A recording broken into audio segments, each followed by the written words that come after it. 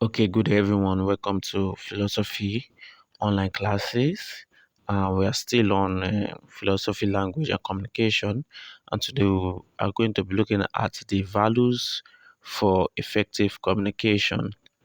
And okay, so before that, we are going to be looking about what communication is and how it is important to the society now.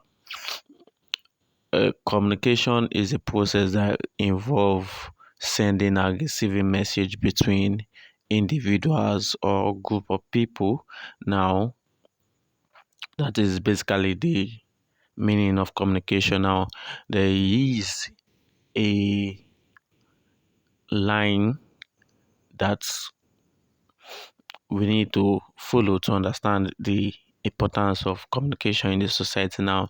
And in we have the human society, and also we have animals in social animals, right? Now social animals might include ants and other animals who also kind of live a life, a social life. But there's a difference between those animals and humans, because those animals act in a way that is fixed already, while humans act in a purposive way. That is, in everything we do, we always have that goals, objective, principles, and thoughts behind whatever we do. And that is why we are distinguished from those animals. And one of the major elements of a society is what's called the social action. Now, this social action is are those thoughts that intervenes between our stimulus, the actor, and the response. That is, whatever we do, there's always a thought behind what we do. So, if you want to go to school, there's a reason why you are going to school. It's not just fixed, right? So that's why you see some will go to school and some might say, I'm not going to school. But animals is different, they are fixed. She gets now. So from this point, we can start to derive a meaning about the society now.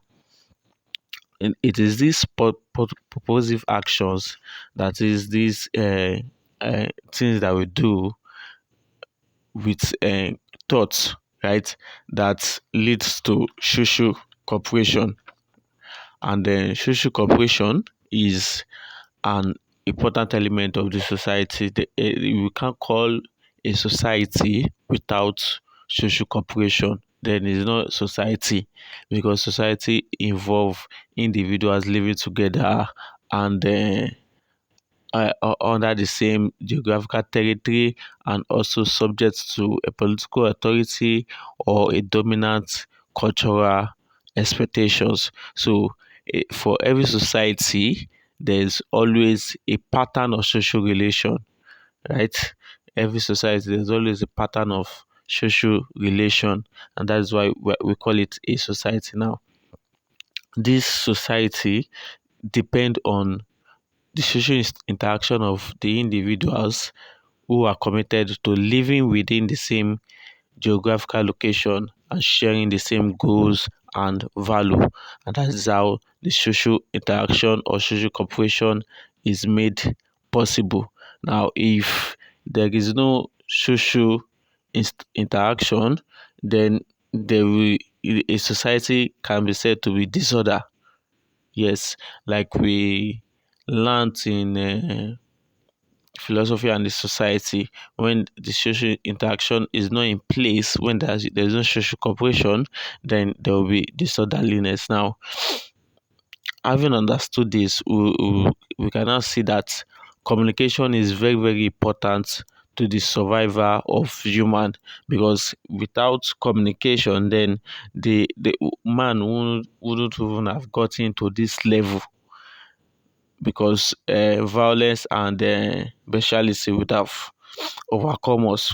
But through communication, using language as an important tool, we are able to understand, to approach nature, right, and also to approach each other. Now, if you want to know the importance of communication, you can imagine are when you are hungry, right, and you want to get food, right, then who you want to get food from cannot understand you, and you also cannot understand that person. Is it possible for you to get food? It's not possible because there is no process of communication. And also, an example is also used here in the sense that babies, when they are crying, the mothers do not know what to do. They don't know what that baby wants because that baby cannot communicate. So you see how communication is very, very important in the evolution of man, in uh, in uh, in social cooperation, in our interaction in the society. Now, it will fascinate you that the word communication and community come from the same Latin word communis, that is common, and so this implies that communication and community are common or shared values which the society holds. So I think that is okay for us on the idea of how communication is important in the society. Now, when a child is born into a community, he or she eventually socialize into the shared values of that society and meanings that society, in the conceptual framework of that society, okay, and that is made possible through what, communicating those shared values and meanings, okay, and that is how understanding is made possible. Now, uh, language as communication is divided into three categories, and this is uh, following the idea of Ongigi. Okay, so now those categories are important in facilitating the survival of the human society. Now, the first one is what Karl Marx calls the language of the real life, and this involve how we as humans enter into a communication process of wrestling survival from nature. That is that process, okay, that is, it is that communication process that is gotten from our need to survive in the society. So it has to do with our practical uh, reaction to the uh, those things that are necessary for us to survive in the society. Now, so having identified that there is a need for us to survive, we also identify that there is a need for us to cooperate, and for us to cooperate, there is a need for us to bring about a mode of communication that we represent our relationship, right? Okay, so that is the first element of language and communication. Now, the second aspect is language is speech. Now, the second element of language and communication is speech. Now, having understand that there's a need for us to survive, and there are things we need to do, and now we have we have identified that need. Now, the second aspect now is speech, and this speech is what aid our communication, right? It's what aid this relationship that we have established so that we can all survive, right? Now, in other words, we can say speech are those system of verbal signs and symbols that put form, that puts meaning to the relation of production the people have established to consolidate their survival. So it is this speech that makes it possible for us to communicate with each other based on the fact that we have identified a need for us to survive, right? Now, the last one is communication. Okay, the last element of language as communication is the written signs. Now, this written signs is just like communication as speech. Now, okay, so the written sign is just was later developed, right? Okay, so unlike speech, it is the representation of sound with visual symbols. Okay, unlike speech, where it is oral or audio, and the written signs are sounds with visual symbols. Okay, so having understood that, we can now say that communication ensure that everything that goes in the community is easily ascertained, easily understood, and evaluated by all using communication. Right now, communication is not only important within a society, in the sense that it is used to mediate between conflicting interests. Now, when I want something and you also want something that is opposite, right? We can't uh, all agree, right? Without communication, we can't solve these disputes between our interests without communication. And also, communication is important for building relationship between societies, because like we said, the conceptual scheme of every society, of every culture, is different. Now, when other culture has different worldviews and perspective, sometimes we might come into a conflict of interest. Now, communication is what help us to do what, to resolve all this. Now, if there's on, like for example, Ukraine and Russia. Now, if both parties can communicate, you see, they are always having meeting and meeting. That is aided through communication. When they can communicate and come to an understanding of what is going to be beneficial to both of them, then such conflicts will be resolved.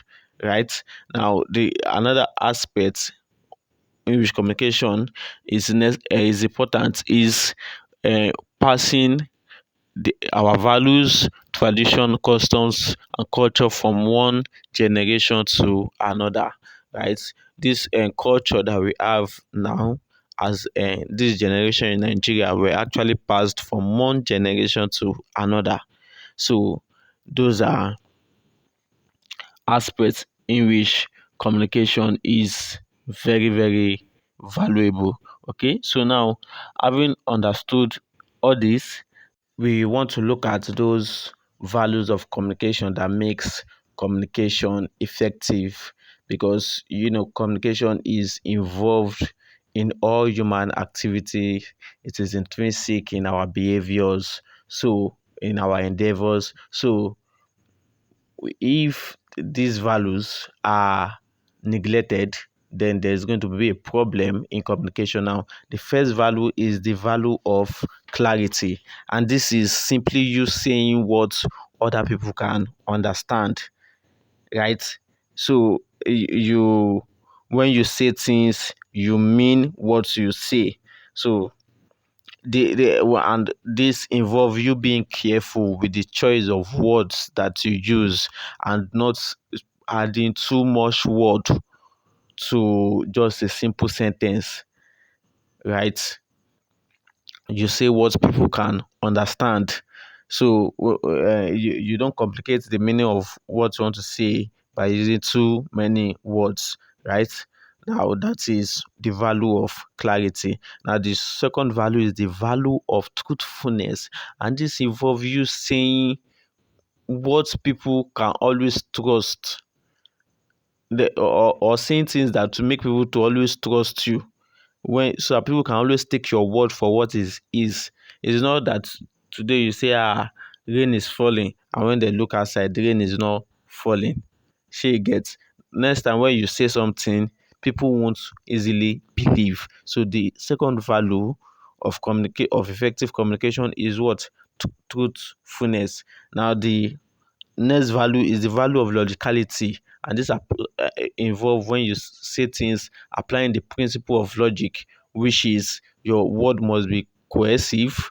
The premise must be in line with the conclusion. It must be consistent, and it must apply the principle of rationality. That is, when the church person listen to that word, they will, and they apply reason. They say that okay, this word is actually true. Is actually valid, right?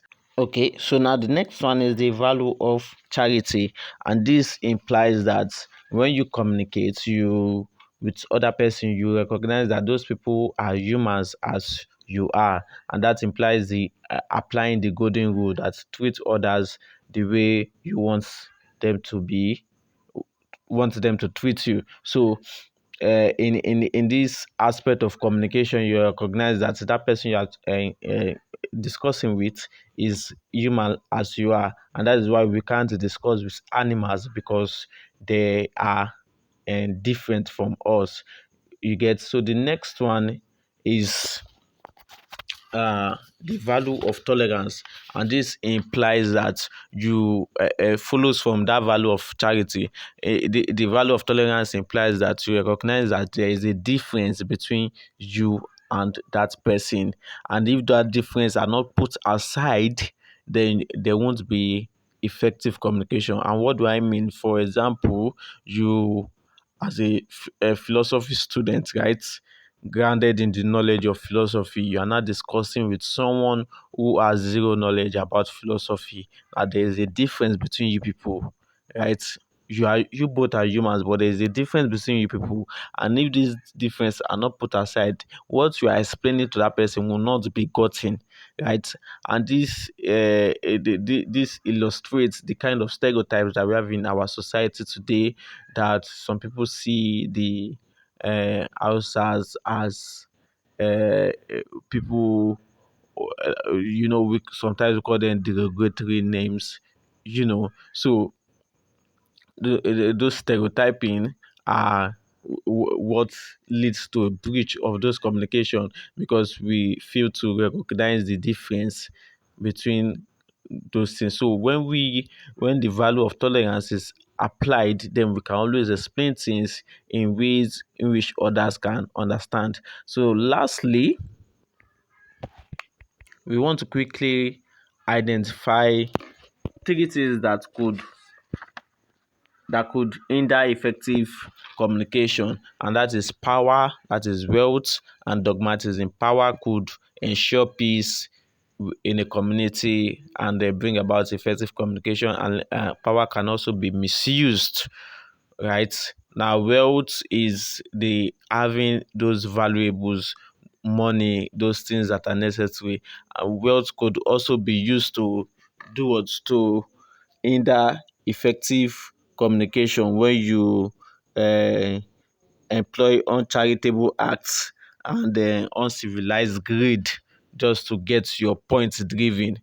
You get. So that is how wealth could hinder effective communication. Now the last one is dogmatism, and we know dogmatism is holding on to your own view without having to take a look at the views of others, right? You are holding on to a particular view and claiming that that is the right one without looking at the other side. So those are the three major things that could hinder effective communication. So that is a wrap on this online class. I hope you understand. A focus should be on those values of effective communication. Thank you so much for listening.